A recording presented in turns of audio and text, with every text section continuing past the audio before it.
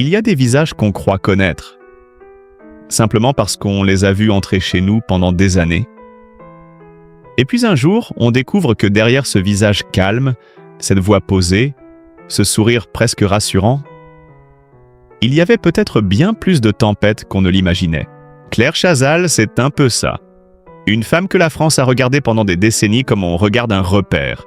Une présence, une élégance, une maîtrise.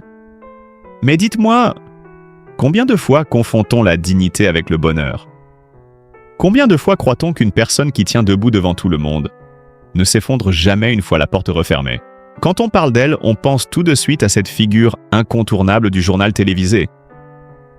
Cette femme née le 1er décembre 1956 à Thiers, dans le Puy-de-Dôme, devenue au fil du temps l'un des visages les plus célèbres du paysage audiovisuel français. De 1991 à 2015, elle a incarné les JT du week-end sur TF1, avant de poursuivre d'autres rendez-vous culturels sur France Télévisions puis sur Public Sénat. Une carrière immense, construite sur la rigueur, la tenue, la constance. Et pourtant, ce n'est pas seulement la journaliste que les gens ont observée, c'est aussi la femme exposée, la femme commentée, la femme dont la vie privée parfois a presque été regardée comme une annexe de sa vie publique. Au début des années 2000, son mariage avec Xavier Couture avait été largement médiatisé. Ils se sont mariés le 17 mars 2000 à la mairie du 7e arrondissement de Paris, avant de se séparer en 2003. Sur le papier, tout semblait appartenir à un monde très sûr de lui. Les médias, le pouvoir, les grandes chaînes, les visages connus, les apparences impeccables. Mais vous savez, les mariages les plus photographiés ne sont pas toujours les plus heureux. Et les silences les plus longs sont parfois ceux qui racontent le plus de choses. Avec le temps, Claire Chazal a laissé entendre, dans plusieurs confidences et dans son autobiographie, que cette rupture l'avait profondément marquée. Elle a évoqué une séparation douloureuse, une promesse qui n'a pas tenu, et ce genre de chagrin qui laisse des traces bien après la fin officielle d'une histoire. Alors forcément, quand, plus de 20 ans après, le sujet revient, il ne revient jamais comme une simple anecdote people. Non, et il revient avec autre chose. Avec du recul, avec des cicatrices. Avec cette vérité un peu amère que beaucoup de gens connaissent trop bien. On peut réussir sa carrière, être admiré, être applaudi, et vivre malgré tout quelque chose de profondément douloureux dans l'intimité. Et c'est là que cette histoire devient troublante. Parce que Claire Chazal n'a jamais été une femme de vacarme. Elle n'est pas de celles qui règlent leur compte sur un plateau, ni de celles qui crient pour qu'on les croie. Chez elle, tout passe par la retenue. Et parfois, la retenue, ça fait encore plus mal. Moi, je vais vous dire franchement, si c'était moi, je crois que j'aurais eu du mal à porter ça avec autant de classe. Vraiment. Continuer à parler au public, à sourire, à tenir l'antenne, à garder la tête haute, alors que dans le cœur, quelque chose s'est peut-être brisé, ce n'est pas donné à tout le monde.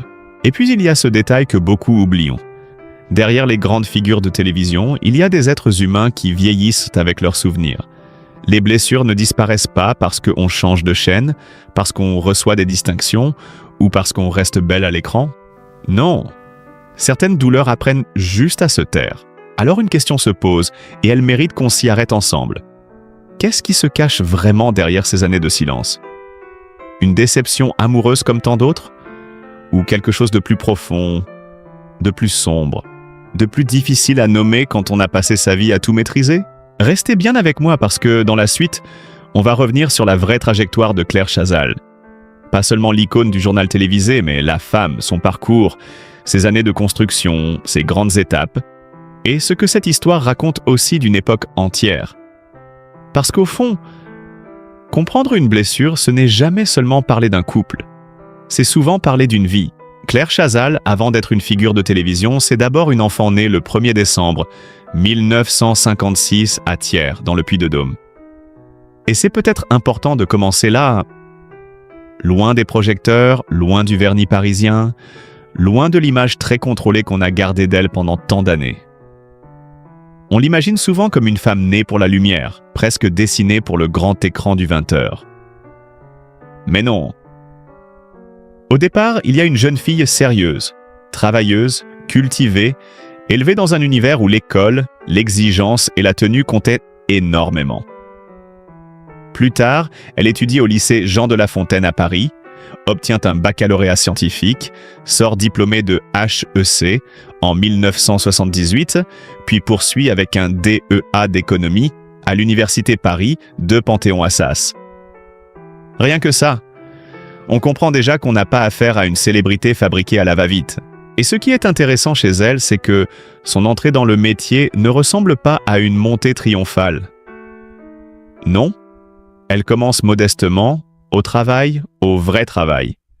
En 1980, elle débute comme pigiste pour Europe 1, l'usine Nouvelle et l'Expansion, puis rejoint en 1981 le quotidien de Paris. Ensuite, elle passe par Les Échos, dans la rubrique Économie.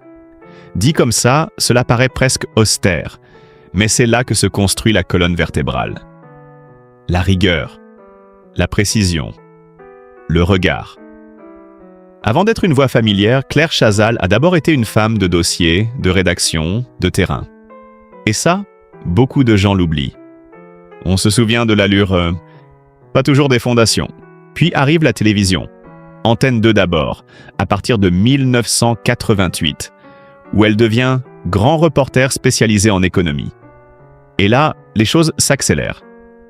En 1989, elle présente le journal de Télématin, puis le journal de la nuit entre 1990 et 1991. Ce sont des années charnières. Parce qu'à la télévision, on ne pardonne pas grand-chose. Il faut être clair, solide, crédible et tenir face à la caméra comme si tout cela allait de soi, alors que rien ne va jamais de soi. Et quand on regarde ce parcours, on comprend que son ascension n'a pas été un coup de chance. C'était une construction patiente, presque sévère. Une marche après l'autre. Et puis, bien sûr, il y a 1991, l'année où elle rejoint TF1 pour présenter les journaux du week-end. Là, on change d'échelle. Là, Claire Chazal devient vraiment Claire Chazal. De 1991 à 2015, elle incarne les JT du vendredi soir et du week-end sur TF1. 24 ans. C'est immense. Presque une époque à elle toute seule.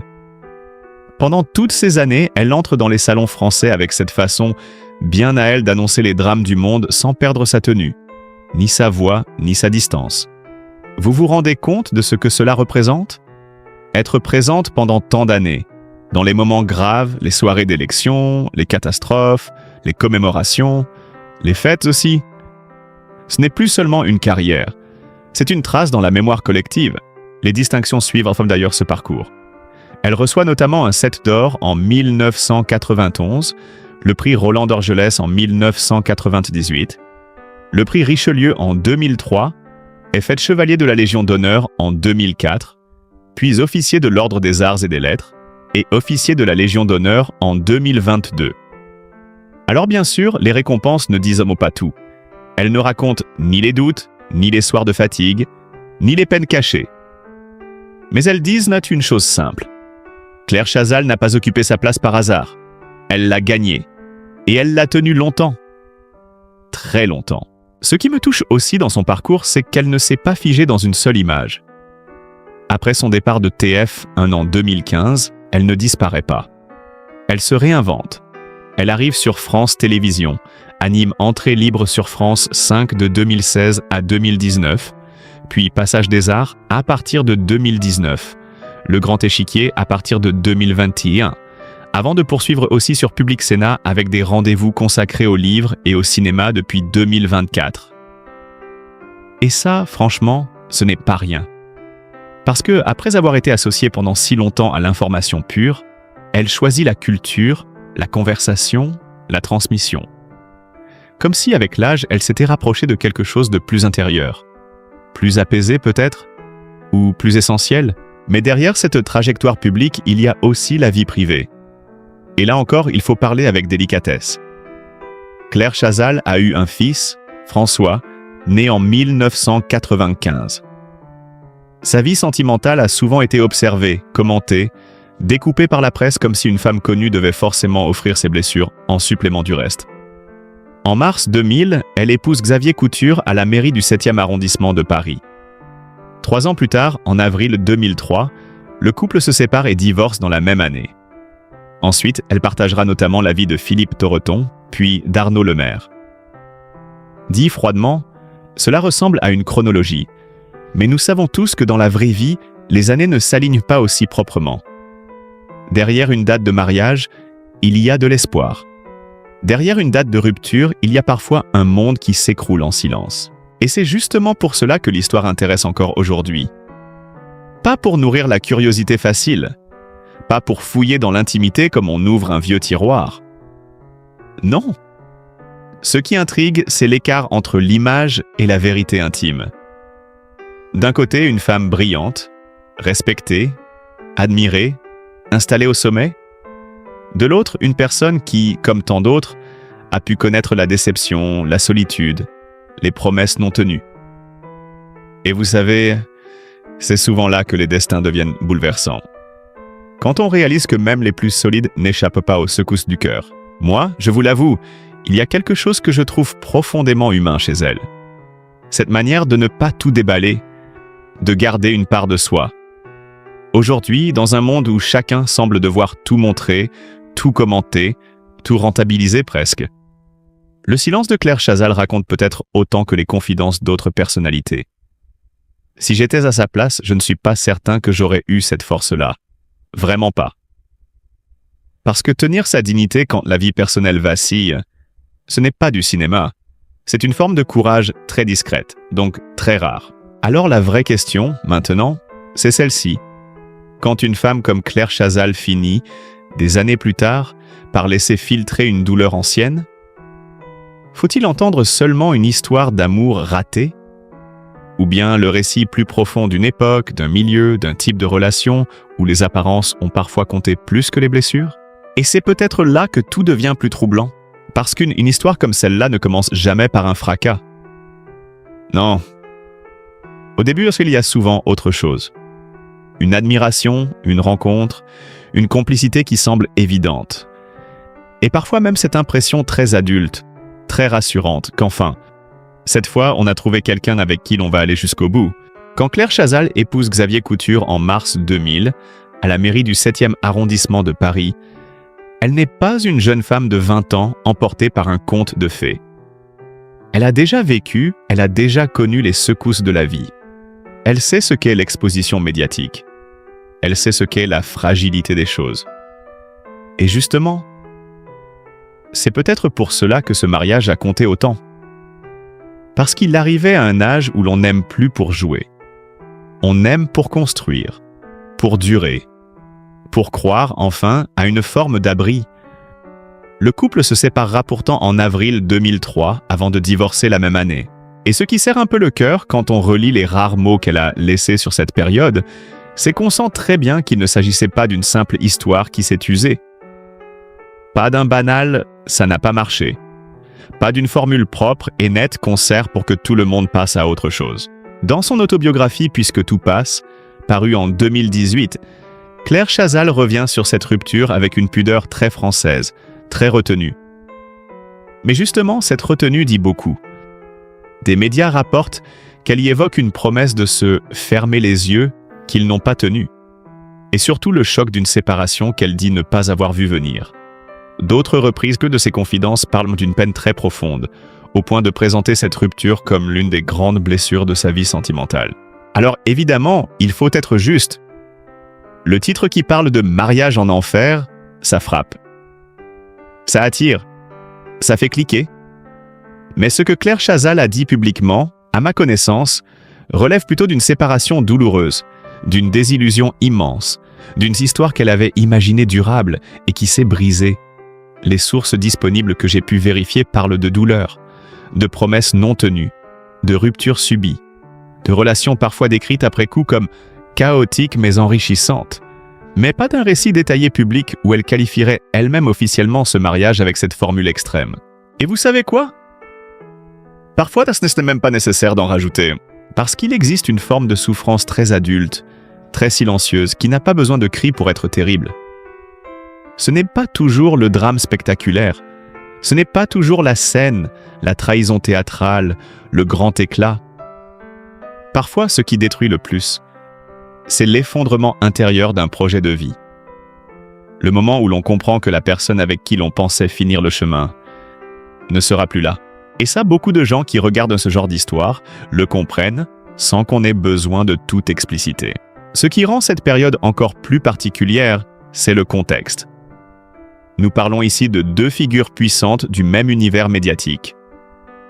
Claire Chazal est alors l'un des visages les plus identifiés de TF1.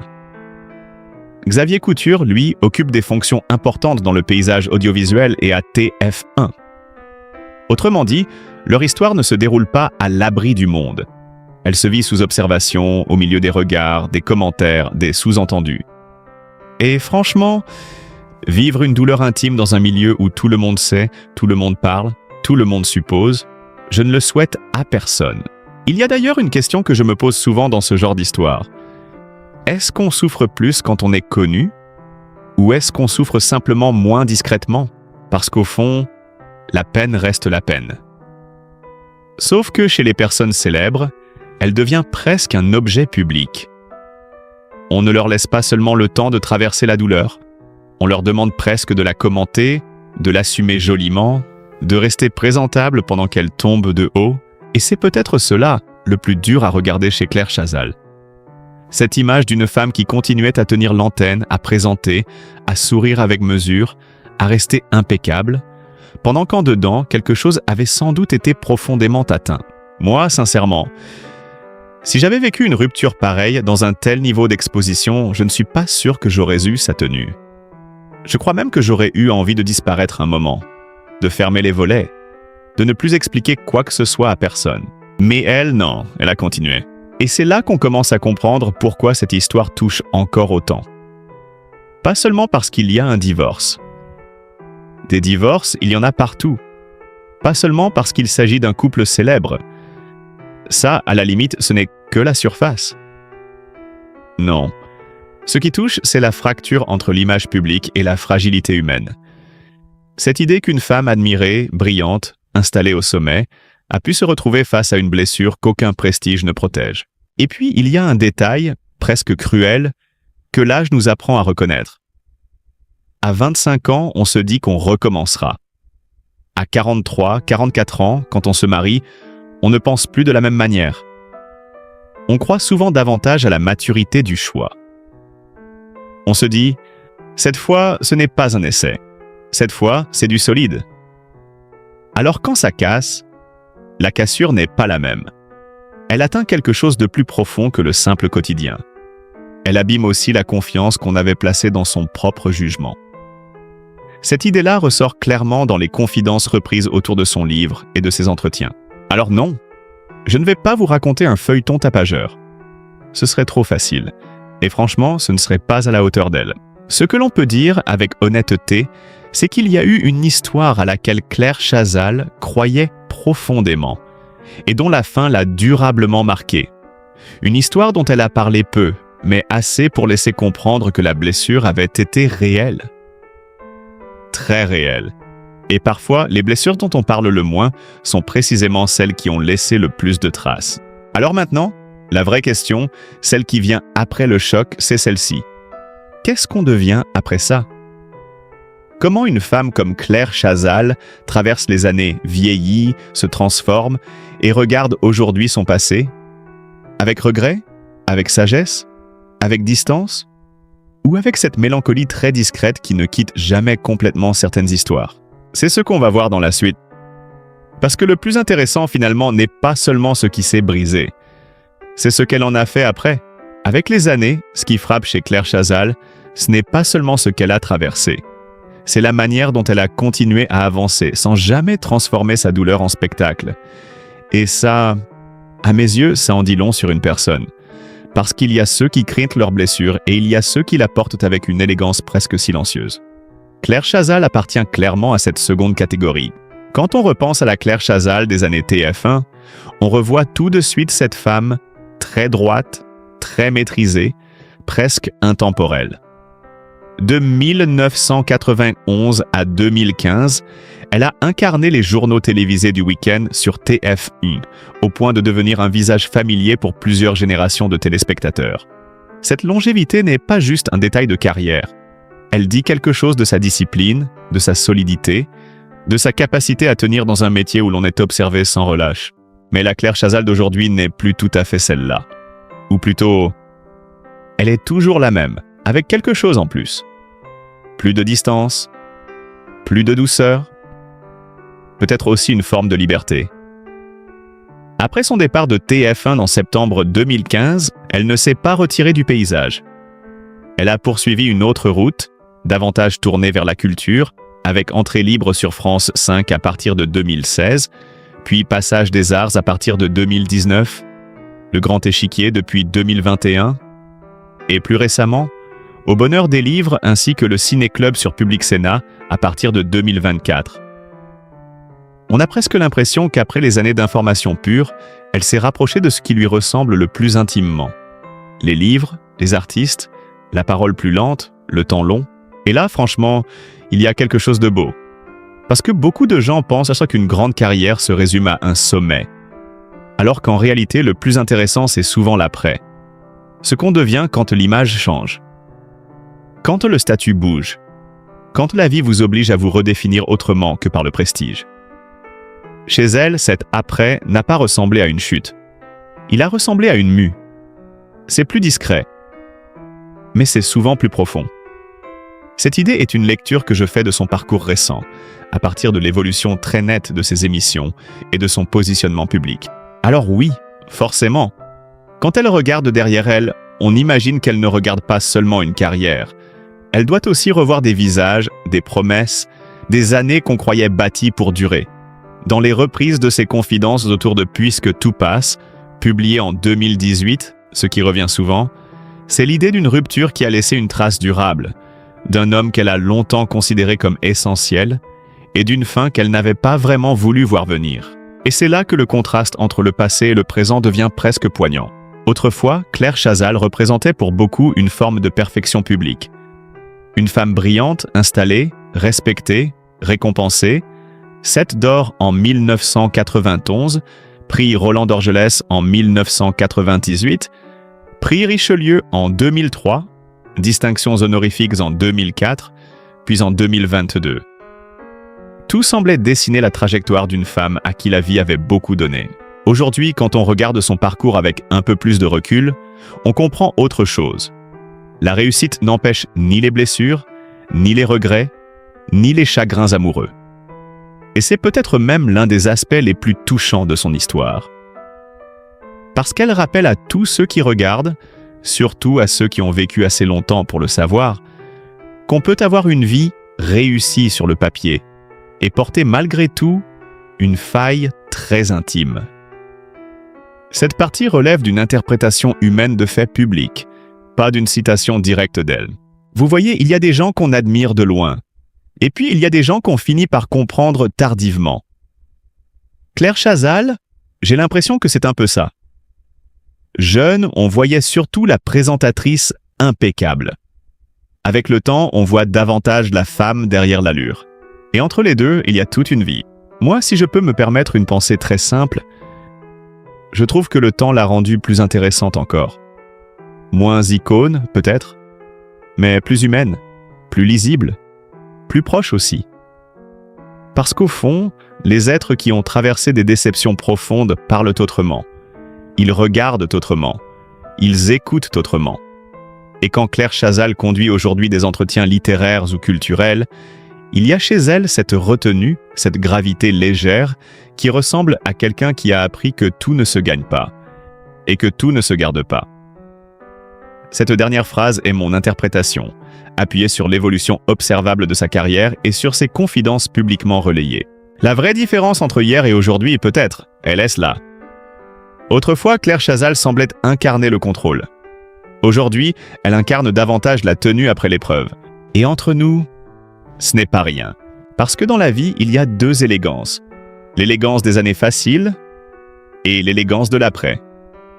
La seconde est beaucoup plus rare. La seconde, on ne peut pas la jouer. Il faut l'avoir traversée. Alors la question qui arrive maintenant est sans doute la plus importante de toutes. qu'est-ce qu'on peut retenir humainement d'une histoire comme celle-là? Pas en tant que ragot, pas en tant que vieux feuilleton sentimental, mais en tant que leçon de vie, de dignité, de vieillissement aussi. Et là, je crois qu'on touche au cœur du sujet. Au fond, ce que l'histoire de Claire Chazal raconte n'est peut-être pas seulement l'échec d'un mariage. Ce serait trop simple, et même un peu injuste. Non. Ce qu'elle raconte, c'est quelque chose que beaucoup de gens comprennent en avançant dans la vie. Parfois, on peut être très fort en public et terriblement vulnérable en privé. On peut rassurer les autres, paraître solide, inspirer le respect, et malgré tout rentrer chez soi avec un silence lourd à porter. Chez Claire Chazal, cette impression prend une résonance particulière parce que toute sa trajectoire publique a été marquée par la maîtrise, la longévité et la retenue. Tandis que ses confidences sur sa rupture avec Xavier Couture laissent entendre une blessure durable. Et c'est peut-être pour cela que cette histoire touche autant. Parce qu'elle ne parle pas seulement d'elle, elle parle aussi de nous.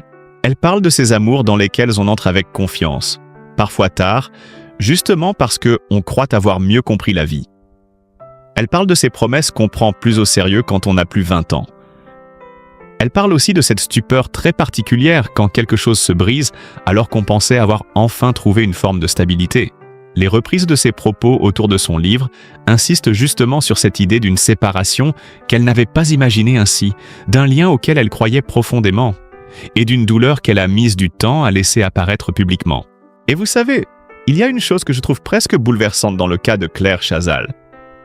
C'est qu'elle n'a pas essayé de réécrire sa vie comme une légende parfaite. Elle aurait pu. Beaucoup le font.